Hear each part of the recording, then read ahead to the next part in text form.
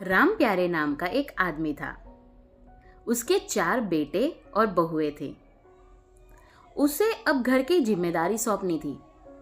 उसने देखा कि उसके बेटे तो बहुत मेहनत कर रहे हैं, चारों के 4 बिजनेस संभाल रहे थे, बहुत अच्छे से काम कर रहे थे, तो बेटों की तरफ से उसे कोई टेंशन नहीं था।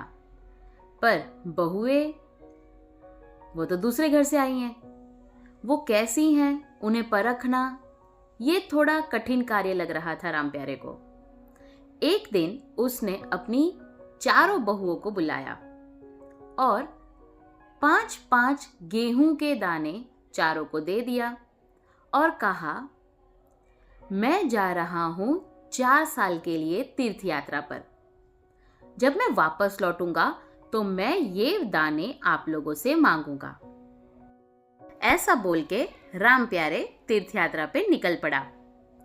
अब यहां पे ये चारों बहुएं, पहले ने सोचा बुढ़ा सठिया गया है, ये दाने क्या करेगा वो, करके फेंक दिया। दूसरी ने सोचा चलो रख देती हूं, कभी मांगेंगे तो दे दूंगी, करके पोटली में बांधा और पोटली रख के कहीं भूल गई। तीसरी का पूजा पाठ में बहुत ही ध्यान रहता था, तो तीसरी ने वो 5 दाने उठा के मंदिर में रख दिए। रोज पूजा करती, गिनती और रख देती। अब आई चौथी की बारी, यानी सबसे छोटी बहू की बारी। इसने सोचा अगर पिताजी ने ये 5 दाने गेहूं के दिए हैं, यानी इसके पीछे जरूर कोई राज है। फिर ज्यादा सोचने के बाद उसने वो 5 दाने अपने घर के पीछे जो बैकयार्ड था, वहां पे गार्डन जैसा था, उसने वहां पे उसे उगा दिया।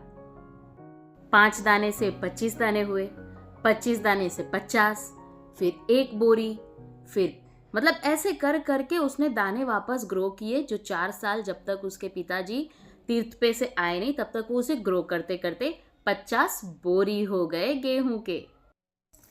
राम प्यारे इज बैक नाउ। राम प्यारे तीर्थ यात्रा से वापस आ गए। आते ही सभी बहुओं को लाइन में खड़ा कर दिया और कहा, चलो मेरे प्यारी बहुएं, मेरे गेहूं के दाने वापस कर दो। सबसे पहले आई बड़ी बहू।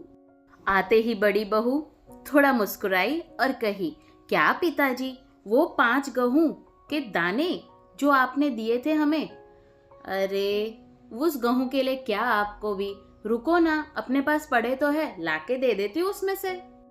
फिर आया दूसरी बहू की बारी। दूसरी बहू आई, पोटली खोला और उसमें सारे दाने सड़ चुके थे। फिर तीसरी बहू रानी आई, हंसते हंसते मंदिर में गई, सारे दाने उठा के लाई और पिताजी के सामने रख दिया। ये रहे आपके दाने, मैंने इनकी रोज पूजा की है और बहुत ही संभाल के रखी है। अब छोटी बहू हंसते मुस्कुराते पिताजी के सामने आई। पिताजी ने उससे भी वही दाने मांगे। उसने स्माइल करते हुए कहा, पिताजी, अगर अब वो आपको दाना चाहिए ना, तो ऐसे हाथ में नहीं मिलेगा, उसके लिए आपको गाड़ी भेजनी पड़ेगी, क्योंकि अब वो सिर्फ 5 गेहूं के दाने नहीं रहे, वो 50 बोरी गेहूं के दाने हो गए हैं। ये सुन के राम प्यारे खुश हो गया और उसने अपने घर की तिजोरी की चाबी, यानी जो भी पूरा फाइनेंस वगैरह का पूरी जिम्मेदारी छोटी बहू को सौंप दिया। तीसरी बहू को सौंपा घर के बाहर से जो चीजें लानी है, क्या रखना है, कुछ राशन का काम, वो सब उसे सौंपा।